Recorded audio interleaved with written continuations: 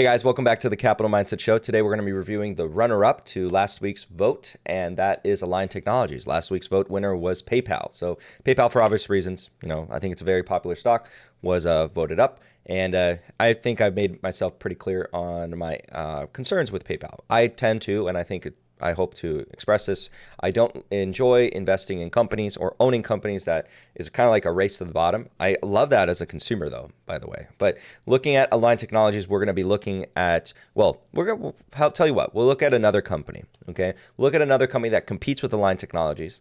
And you guys might have heard this of the second company, okay? This is the first time I believe, at this point, there's too many videos on the YouTube channel that my memory just can't keep up at this point. So I don't know if I've ever talked about Align Technologies. I know that I've mentioned Align Technologies, but I don't think there's a dedicated video to this company. So first things first, let's actually take a look at the stock price, how it's been performing. We can see here that today, it is actually up 3.99%. But if we take a look at what's occurred in the past 5 days, the earnings report was not so good. It actually fell about 22% in one day. Taking a look at the 1 year, it is down 49.54%. It's basically been cut in half in 1 year. And from all-time highs, we can see actually it is down 58%. Taking a look at the 5 year though, it is doing pretty good at 119.28%. Over the course of its life, it is up 1,648%. You had to have invested in 2001 there for that. All right, so Align Technologies, for those of you who do not know what they do a lot of 3D scanners. It actually says it right there in the About page right here, but 3D digital scanners and Invisalign. So Invisalign retainers, Invisalign braces. You guys probably heard of that brand. That's them, Invisalign. So you probably know the other company that we'll kind of talk about here, and that is SDC stock. All right, so SDC stock is the ugly stepchild brother of this company. It is $703 million market cap, and you can see that it has performed down 83% over the past year, and it is down 90.33% over the past year. I will share some thoughts about SDC as well in this video, because I think it's a good comparison to say, well, this is like the one that's doing everything right. This one's doing everything. I won't say that. We'll see for ourselves.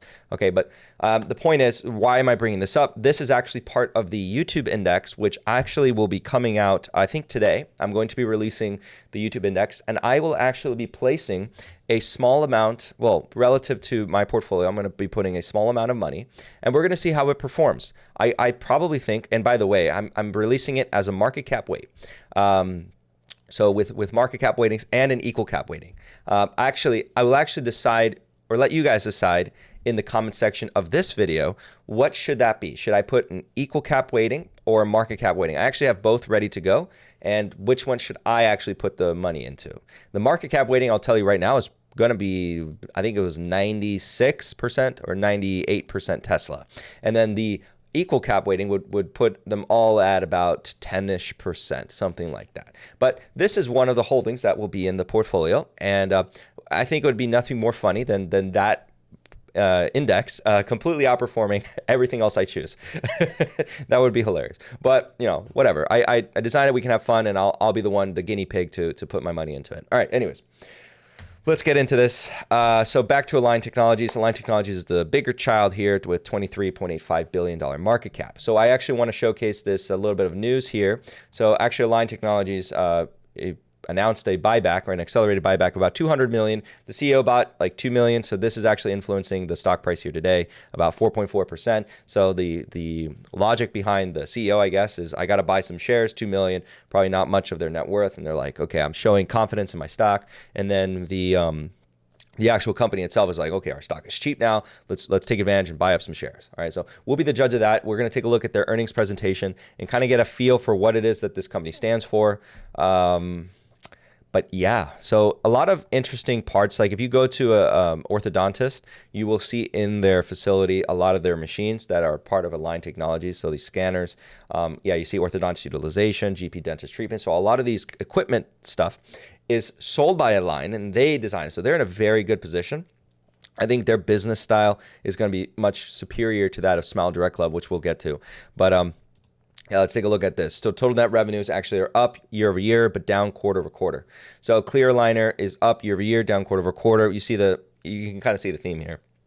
Down quarter over quarter, up year over year, down quarter over quarter, up year over year, and then earnings per share is just down.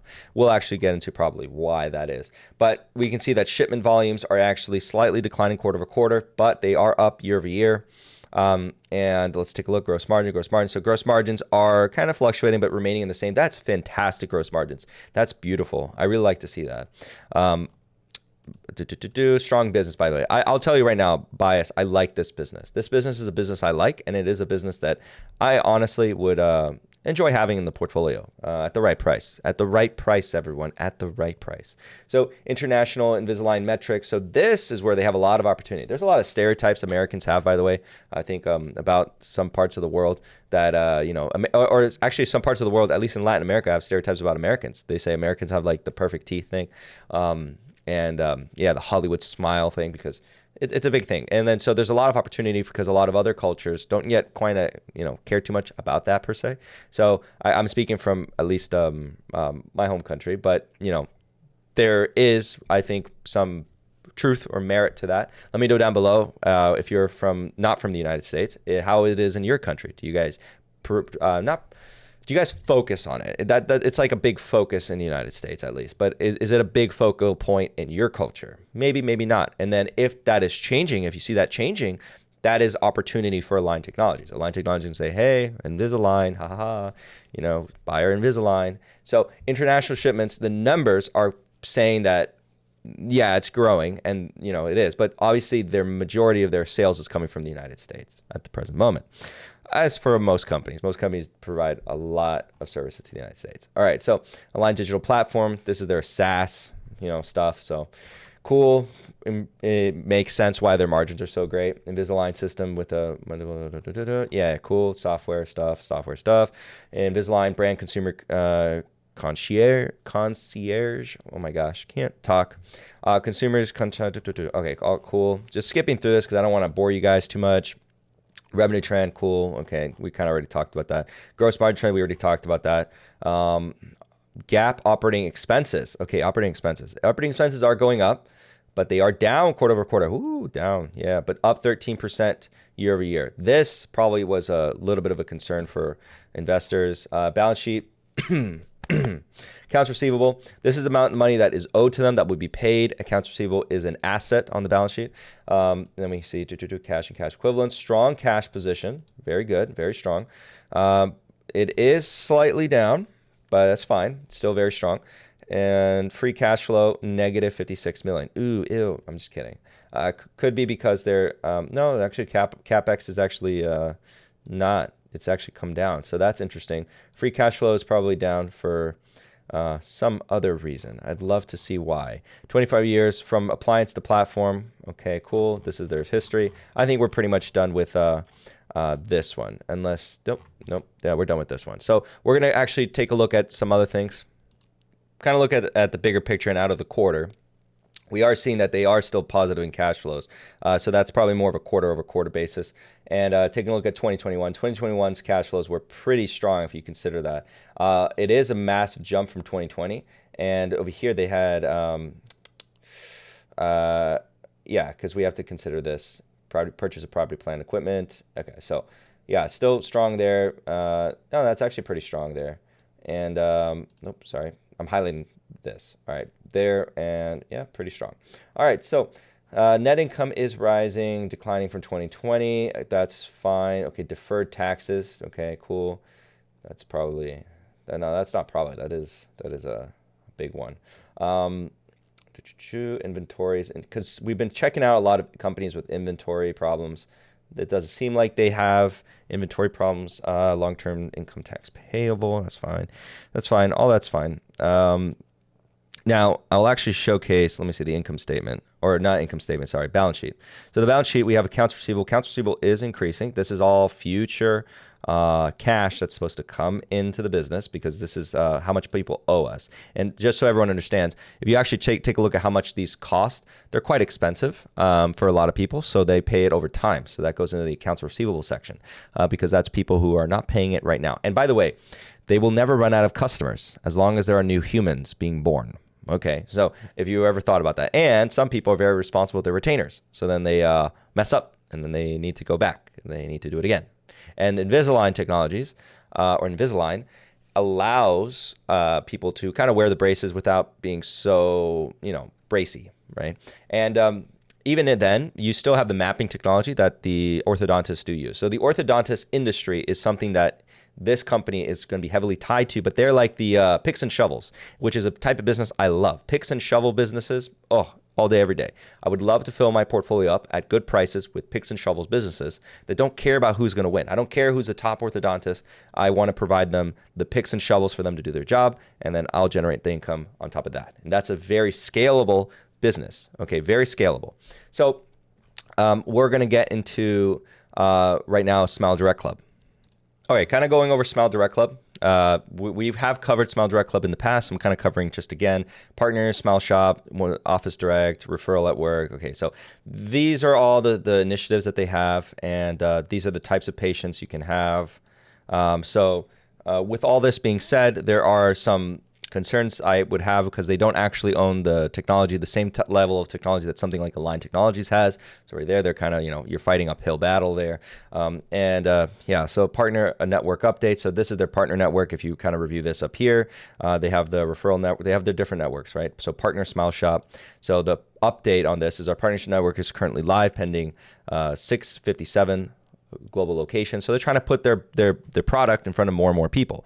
SmileDirectClub, I think they promote themselves as like the cheaper alternative. Now there's a reason to why that's cheaper, and you don't have to go through an orthodontist to actually provide their services. You can just send them like not a graph, you bite into something and you send it back to them, and then they kind of create the Invisalign thing, and then they kind of send it back to you.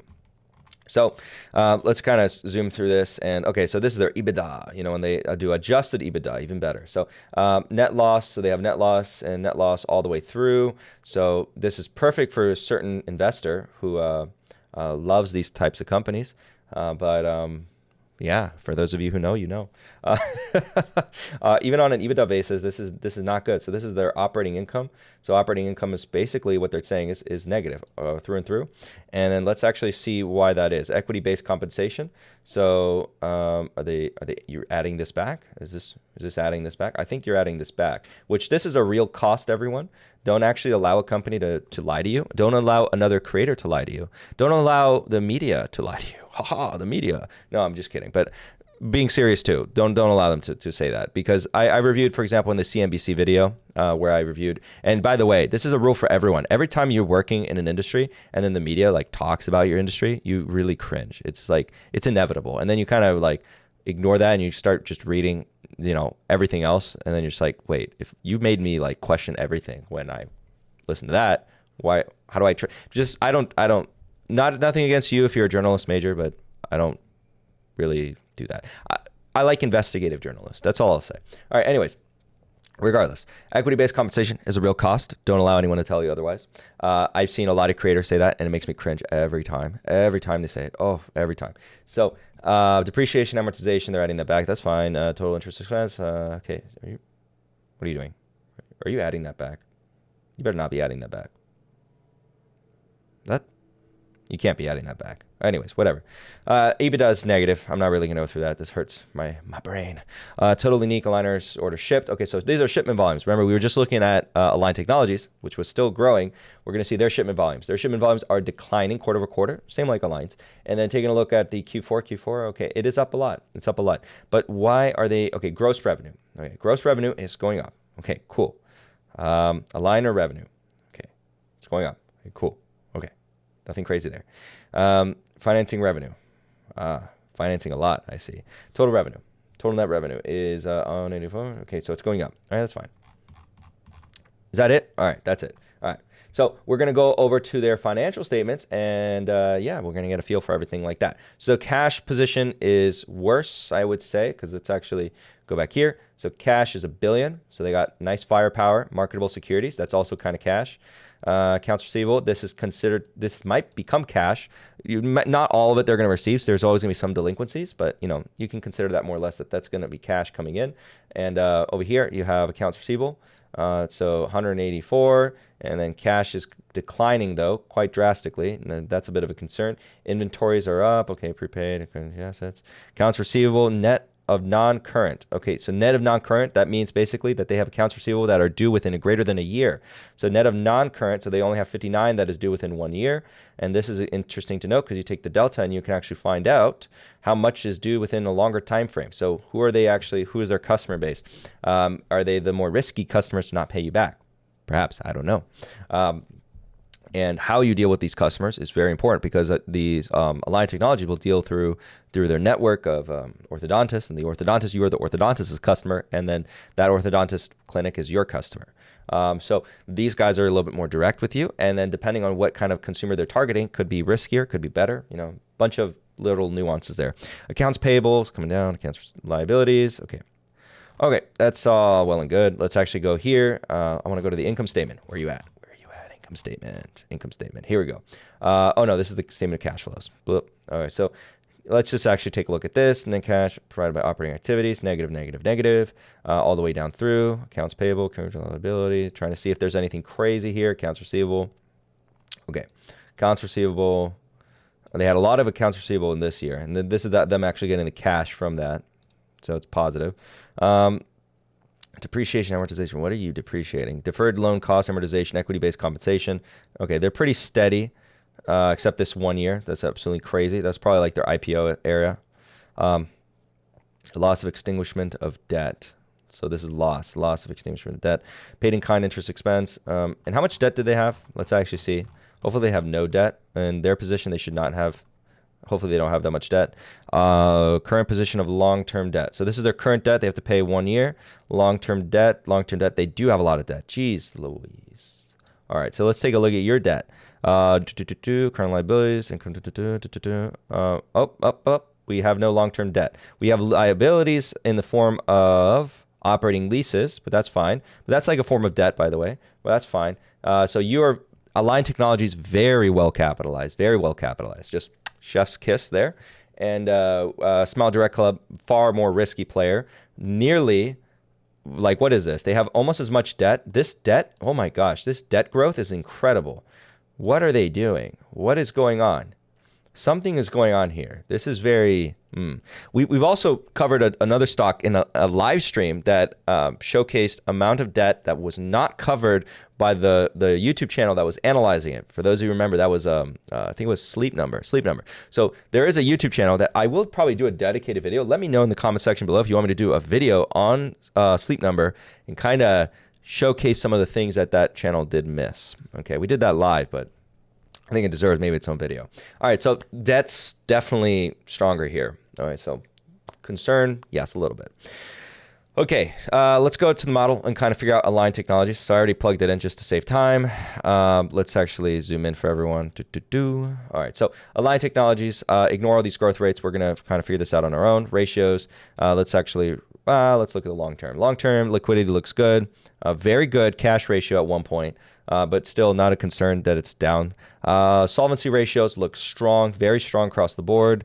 Interest coverage, there's a reason why it's not coming up because they have no debt. And let's take a look here. Gross profit margin, cool. It's been good, very strong. This is a very strong business, ROIC, fantastic. Wow, that's really good. Okay, very strong ROIC. Earnings quality is pretty strong across the board. Yeah, very good. Love that. Sentiment score above 1, so people are pretty positive on this one. Price target implies 58.09% upside with price target of $477.92. Very strong. And no dividend, whatever, don't care. A return on invested capital strong. Return on equity strong. Return on assets pretty strong. PE and price to free cash flow. Price to free cash flow, it looks cheaper than on a GAAP net income earnings, so keep that in mind. Buybacks, they have been doing buybacks. Look at that. Shares have been going down slightly. Yes, no dilution. And cash flows, pretty, okay, like a little bit cyclical, might have like pulled forward some, but yeah, wow. I mean, great. Growth rate has been about 31% on average. Expected to decline. We see this massive jump. I would actually taper this down. Wouldn't assume a 31. I would assume probably like 10-ish percent. So that kind of gives us our baseline of what we have to work with. Apologies. I think that they might accelerate the buybacks, but we're going to remove them. We're going to discount it at 12. So right now at 12, I would ignore, well, let's say yes, 25 and 20 is possible, but let's weight it as a totality of 10%. So 10% probably that this occurs. And I would say that we need like a 10% in there, because I do believe 10% is very possible. So if I think it's going to only grow at 10%, that's the price I would really be willing to buy. But you know, this is actually looking like one of those businesses where I start accumulating now potentially, and then I kind of just wait. Similar to Netflix. This is like the same thing as Netflix. So where I say, oh, it's not a terrible price right now, but it's not like a really amazing price. So I'll start accumulating here, and then I'll just like trickle down into it as if the market kind of gives me a better, with my targets of what prices I'd be buying kind of in mind. All right, so don't be surprised if you see Align Technologies in my portfolio. Just note again, and I hope I reiterate this so everyone kind of understands. And so I'm also transparent about my strategy. What I will be doing if I decide to buy it, will be to accumulate a little bit here, and then just have my understanding that, oh, I'm not going to be buying heavy now, with the assumption that the market will provide to me better prices in the future. Now let's take a look at SmileDirectClub. So SmileDirectClub is, we're gonna have to do a little bit of a, oh, no, that's not that stock. That's a stock? Huh. Whatever. All right, let's let it load in. Dun, dun, dun. Oh yeah, you see when the model's awoken, it's much faster, but sometimes when I wake it up for the first time, it's kind of like, oh, what? I'm just like, wake up. All right, so price target of $4.31, applying 140% upside. Therefore, we buy this. No, I'm just kidding. Just kidding. Shouldn't poke fun. But okay, average buybacks, BS. Doubt that. Yeah, that's some shenanigans. That's not true. They're diluting. So, yeah, they're diluting. That's because it's measuring this like weird thing here that's them IPOing. Cash flow is pretty lumpy. Expected to actually be positive. No, not positive. No, just less negative. They're expected to be less negative. Revenue is still declining though. You see that? Boom, down. Return on assets. All that's going to be negative. So we're going to have to do a unprofitable analysis. We're going to say yes, and let's say they can achieve a